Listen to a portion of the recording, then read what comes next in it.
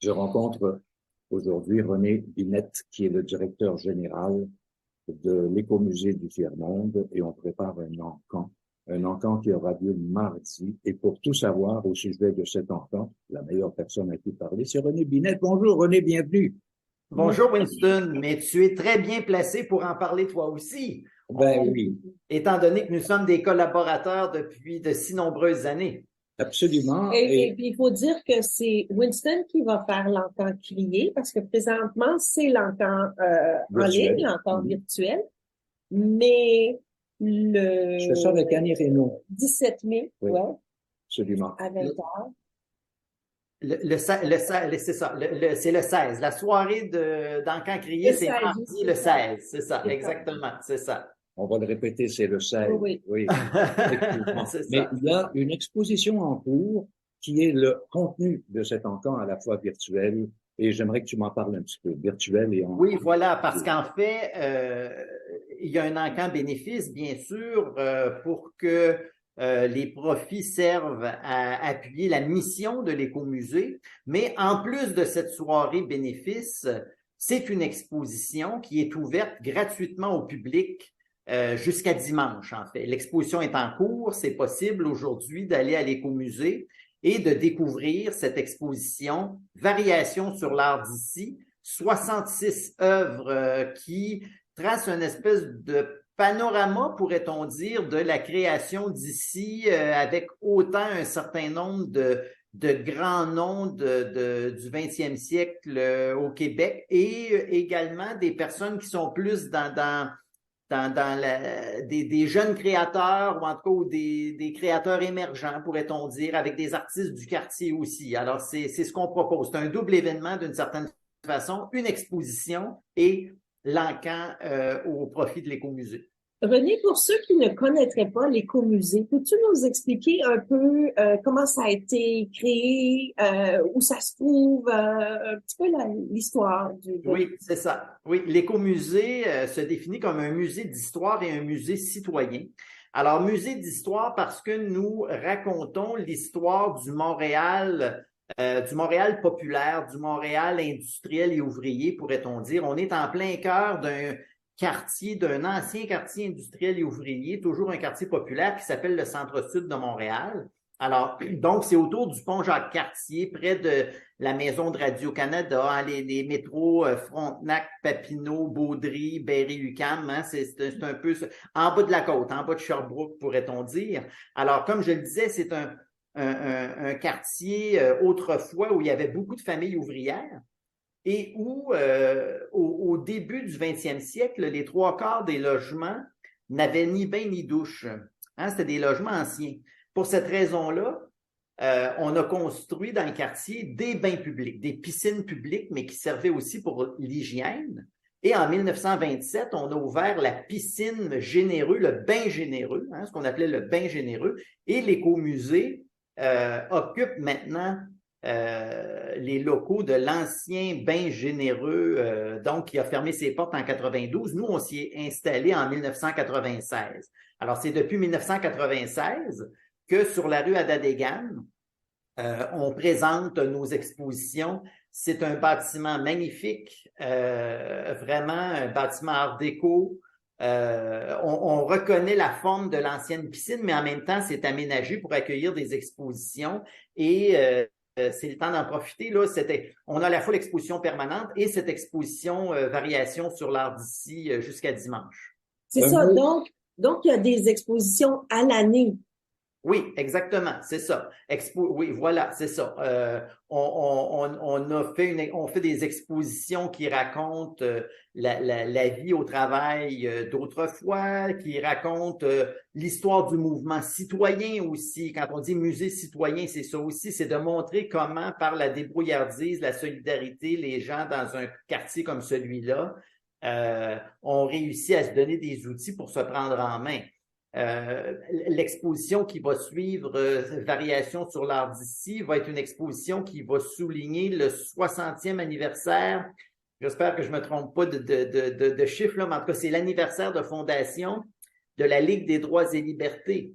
Alors, donc, on va parler de la question des droits. Alors, c'est ça, c'est toujours le genre d'exposition qu'on présente, qui est un mélange à la fois d'histoire, de patrimoine, mais aussi avec la présence de créateurs, que des gens du quartier ou d'ailleurs, là, mais c'est ça. Alors, c'est un petit peu ce qu'on présente, effectivement. On est là, sauf entre Noël, le jour de l'an, on pourrait dire on est là 51 semaines par année, là, c'est ça. Ben, mais il faut dire aussi que c'est un endroit qui peut être occupé par d'autres personnes dans le sens où on peut louer cet espace-là, qui a été aménagé par un architecte de renom. Et c'est vraiment très beau, c'est très efficace comme emplacement. Mais c'est un endroit qu'on peut louer. Et encore une fois, c'est un ajout, si on veut, aux revenus de l'Écomusée du Vermont. Oui, c'est une autre source d'autofinancement pour nous, c'est nos espaces. Et comme tu le disais, c'est vrai, c'est une œuvre de l'architecte Marchand en 1927, qui s'est inspiré d'ailleurs d'une piscine à Paris, hein, la piscine de la Butte aux Cailles. Il s'est inspiré de cette piscine-là alors donc et l'architecte qui l'a rénové en 1995-96, Felice Vaccaro, a fait un très beau travail. Alors oui, c'est un très bel espace pour des événements de tout genre. On ne se cache pas que les événements de tout genre, il y en avait beaucoup jusqu'au mois de mars 2020. Je sais pas pourquoi. C'est ça. Dans les 3 dernières années, disons que c'est un peu plus tranquille, mais ça reprend tranquillement. D'ailleurs, ça, on l'a vu. D'ailleurs, on reprend l'Encan-Crié. Il y a comme une reprise là, cette année. Et on sent d'ailleurs, même si ça fait plusieurs mois que l'écomusée est réouvert au public, là, ça a été des années difficiles là, pour tout le domaine de la culture, pour l'ensemble de la société. Alors, même si on était ouvert, les gens étaient encore peut-être un peu craintifs, etc. Là, on sent, cette année, je dirais qu'on a l'impression que les gens veulent se rattraper. Les derniers vernissages qu'on a faits, il y avait plus de monde qu'en 2019 et 2020. On a comme l'impression là, que les gens ont soif de culture, ont soif de se rencontrer, ont le goût qu'il se passe quelque chose. Alors, c'est ça. Oui. D'ailleurs, René, lors du vernissage, on s'est aperçu qu'il y avait un nouveau public. Il y avait des gens qui n'étaient pas venus avant, qui sont intéressés par les arts visuels. Et ça aussi, c'est une très bonne nouvelle, c'est-à-dire qu'on élargit la base d'une certaine façon. Oui, effectivement. À chacun des projets, à chacune des expositions, il y a de nouvelles personnes qui s'ajoutent. Et d'ailleurs, on verra comment les choses vont se passer cette année. Mais nous, ce qu'on trouve intéressant, c'est de constater qu'année après année, c'est notre 22e Encan. Année après année, on a à peu près une trentaine de nouveaux acheteurs à chaque année. Ce qui veut dire qu'on a nos habitués, ça nous fait plaisir, puis je veux dire, on est content que les gens viennent et reviennent et nous appuient, puis achètent il y a des collectionneurs qui sont vraiment, là, comme je le disais, des abonnés à l'écomusée et à notre événement, mais à chaque année, il y a aussi des gens qui s'ajoutent. Et voilà, ils ont un coup de cœur, ils voient une toile, ils ne sont pas nécessairement des collectionneurs, voilà. D'ailleurs, c'est ouvert à tout le monde, hein. Je le disais, l'exposition est gratuite. C'est une opération de démocratisation de la culture, faire connaître l'art à tout le monde. Et ça vous intéresse de venir voir l'exposition, mais vous n'avez pas les moyens d'acheter une œuvre, vous voulez pas. Ça nous fait plaisir. Venez voir l'exposition. Nous, là, c'est déjà un acquis pour les artistes, pour nous, c'est excellent. Maintenant, il y a un certain nombre de personnes qui vont venir, qui vont miser en ligne ou qui vont miser le soir du 16 mai. Et il ne faut pas s'imaginer que c'est sélect pour les millionnaires, là. On peut se procurer une œuvre encadrée grâce à Encadrex qui fait un travail formidable, encadrement professionnel de grande qualité. Et on peut se procurer des œuvres pour des prix qui sont tout à fait raisonnables. J'aimerais qu'on revienne à l'Encan et qu'on mentionne le fait qu'il y a 3 œuvres qui ont été choisies et ce sont pour des causes qui sont dans le quartier comme telles. Bon, raconte-nous un peu, puis je vais illustrer des œuvres qui sont des œuvres remarquables. Alors, vas-y, je te laisse aller. Une première. C'est ça, c'est-à-dire que je disais musée citoyen, hein? Alors, on a toujours travaillé en étroite collaboration avec notre milieu. Alors donc, on appuie la mission de certains organismes du quartier et c'est pour ça que l'événement est au bénéfice de l'écomusée, mais on a choisi 3 œuvres et 3 organismes du quartier avec lesquels on partage le profit de la vente de cette œuvre-là. Ici, on a l'œuvre de Francine Simonin, une artiste assez remarquable. C'est une très belle œuvre. Et en même temps, bon, je trouve ça excellent qu'on puisse voir cela à l'écran pendant notre entrevue. Mais en même temps, je pense que vous serez d'accord avec moi de dire voir une œuvre sur Internet ou à l'écran, ce n'est pas la même chose que de la voir.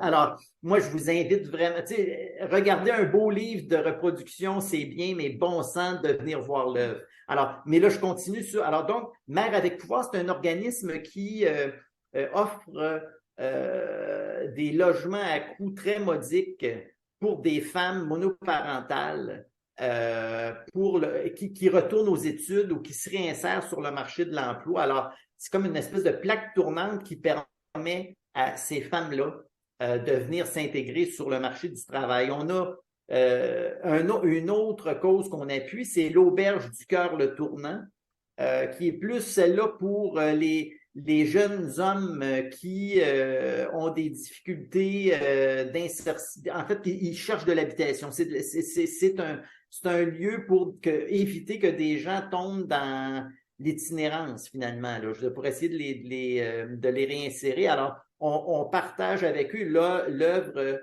d'un autre artiste extrêmement intéressant, Jean-Guy Mongeau. Alors, ça nous permet de voir aussi, que ce soit Simonin tout à l'heure ou Mongeau, on a quand même des noms qui sont tout à fait intéressants, là, je veux dire, dans ce que nous présentons, là. Hein. C'est pas des inconnus, là, je veux dire, c'est des artistes importants dans l'histoire du Québec. On a Rita Letendre, évidemment, c'est ça, très beau pastel et crayon là, qui date de 1975-76. Rita Letendre, encore là, une artiste importante qui a marqué l'histoire de l'art au Québec, qui nous a quittés, c'est il y a 1 an ou 2, je pense. Hein, c'est ça, c'est assez récent. Là. C'est ça, exactement, c'est ça. Alors, on partage cette œuvre-là avec les archives du Québec. Dans le quartier, il y a le village gay, il y a toutes sortes d'organismes et il y a les archives gays qui recueillent la mémoire et les documents de la communauté LGBT. Et voilà, on partage avec eux aussi. On fait souvent des projets en partenariat avec les archives gays du Québec. Alors, ça vous donne un peu une idée à la fois du type de cause qu'on appuie, du type de partenaires qu'on a dans le quartier et un peu de quelques-unes des œuvres que nous présentons. Et l'argent qui sera amassé pendant cet temps crié et virtuel, il servira à quoi en ce qui concerne l'écomusée? Il sert à appuyer notre mission. Donc, l'ensemble de nos activités, de nos expositions, des activités de médiation, des groupes scolaires qu'on reçoit pour des... les écoles n'ont pas toujours des budgets à tout casser là, pour aller dans les institutions. Alors, ça permet de maintenir une accessibilité pour l'ensemble de nos activités. Parce que bien qu'on soit un musée qui soit agréé par le ministère de la Culture et qu'on reçoit des subventions et du ministère de la Culture et de la Ville de Montréal, du Conseil des arts de Montréal, Patrimoine Canada, et on les remercie, là, ce sont des partenaires précieux pour nous. Mais les subventions ne suffisent jamais à combler l'ensemble de nos besoins. Là. On s'autofinance à peu près à 50%, là, je veux dire, selon les années, là, c'est à peu près ça. Là. Alors donc, c'est vraiment essentiel pour nous, un événement comme celui-là. Moi, depuis une quinzaine d'années, j'ai l'honneur, d'une certaine façon, de créer l'Encan avec Annie Reynaud. Et on est entouré d'une équipe formidable et je pense que je voudrais mentionner quelques noms. Je pense à Manuel Belleville en particulier. Je pense à celui qui t'a soulagé un petit peu de tes tâches administratives, qui vient d'être nommé l'an dernier. Éric Giroux. Exactement. Et toute l'équipe de l'Écomusée qui partage avec passion cette mission que tu mènes si bien depuis plusieurs années. Alors, on se donne rendez-vous, René? Oui. Mardi le 16. Mardi le 16, c'est l'encan crié. L'encan en ligne, c'est déjà possible d'y accéder. Et l'exposition, on peut la visiter jusqu'à dimanche. C'est gratuit pour ce qui est de l'exposition. Merci, René. Merci beaucoup. Au revoir. Bienvenue à tout le monde.